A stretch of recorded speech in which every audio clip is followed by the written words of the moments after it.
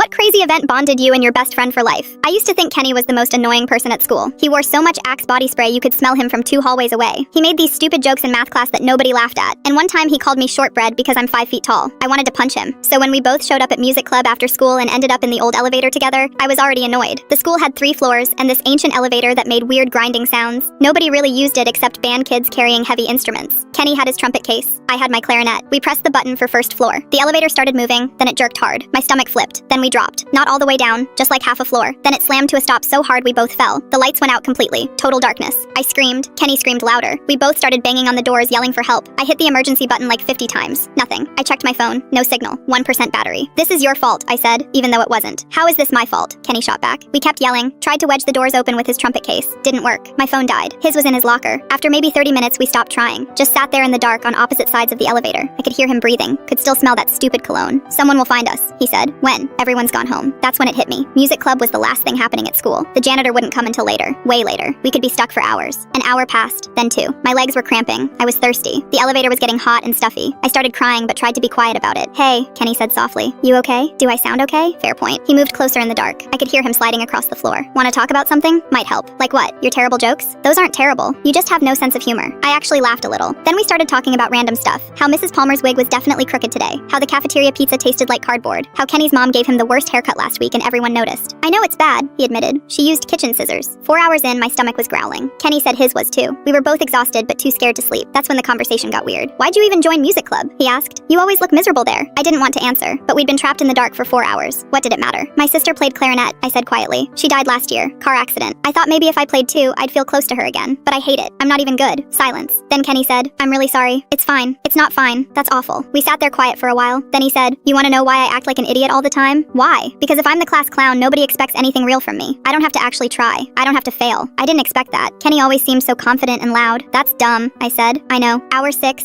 I started crying again. Not about being trapped. About my sister. About everything. Kenny didn't say anything. Just moved closer until our shoulders touched. Hour 7, he started singing. Stupid songs at first. Then he sang some jazz thing I'd never heard. His voice was actually really good. It made the dark feel less scary. Hour 8, we played this game where we had to guess each other's biggest fear. Mine was being forgotten. His was being alone. We both got it right. Hour 9, I woke up and realized we'd fallen asleep leaning on each other. My neck hurt. Kenny was snoring softly. I didn't move. Then I heard voices. Footsteps. The janitor found us around midnight. Apparently the school had called our parents hours ago when we didn't come home. They thought we ran away together or something. My mom was crying when she picked me up. Kenny's dad looked furious. We both got lectured about staying safe and checking in. But the next day at school, Kenny sat next to me at lunch. We didn't talk about the elevator. We just ate our cardboard pizza and complained about homework. 2 weeks later, some kids were making fun of my height again. Kenny told them to shut up. When someone called him annoying, I told them he was actually pretty cool. We've been best friends for 3 years now.